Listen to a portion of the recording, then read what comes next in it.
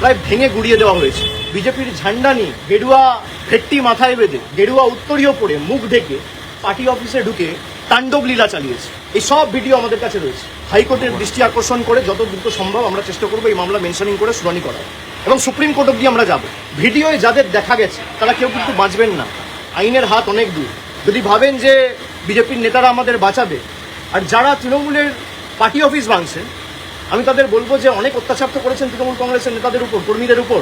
Party office ভাঙা, গুড়িয়ে দেওয়া, যে ধারায় যে আইনে আজকে পার্টি অফিসগুলো ভাঙা হয়েছে না, একই আইনে কিন্তু যখন আবার সরকার পাল্টাবে বিজেপির একটা পার্টি অফিস বাংলায় থাকবে না।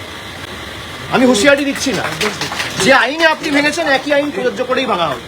নিজের ক্ষমতা প্রদর্শন করতে গিয়ে, নিজের হাতে কত ক্ষমতা সেই দেখাতে গিয়ে বুলডোজার মডেল। ভোটের আগে ছিল অন্নপূর্ণা ভান্ডার, আর ভোটের পরে বুলডোজার। আপনারা ক্ষমতা দেখাতে গিয়ে যে পার্টি অফিস ভেঙেছে, প্রত্যেক ক্রিয়ার সমান এবং বিপরীত প্রতিক্রিয়া আছে, এটা বিজেপির নেতারা যেন ভুলে না যায়।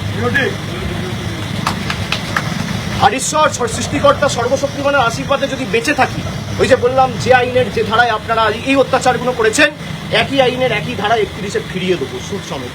কথা দিয়ে গেলাম। নিত্য নতুন ভিডিও দেখতে আমতা টিভি ফলো করে রাখুন। ধন্যবাদ আমাদের সঙ্গে জুড়ে থাকার জন্য।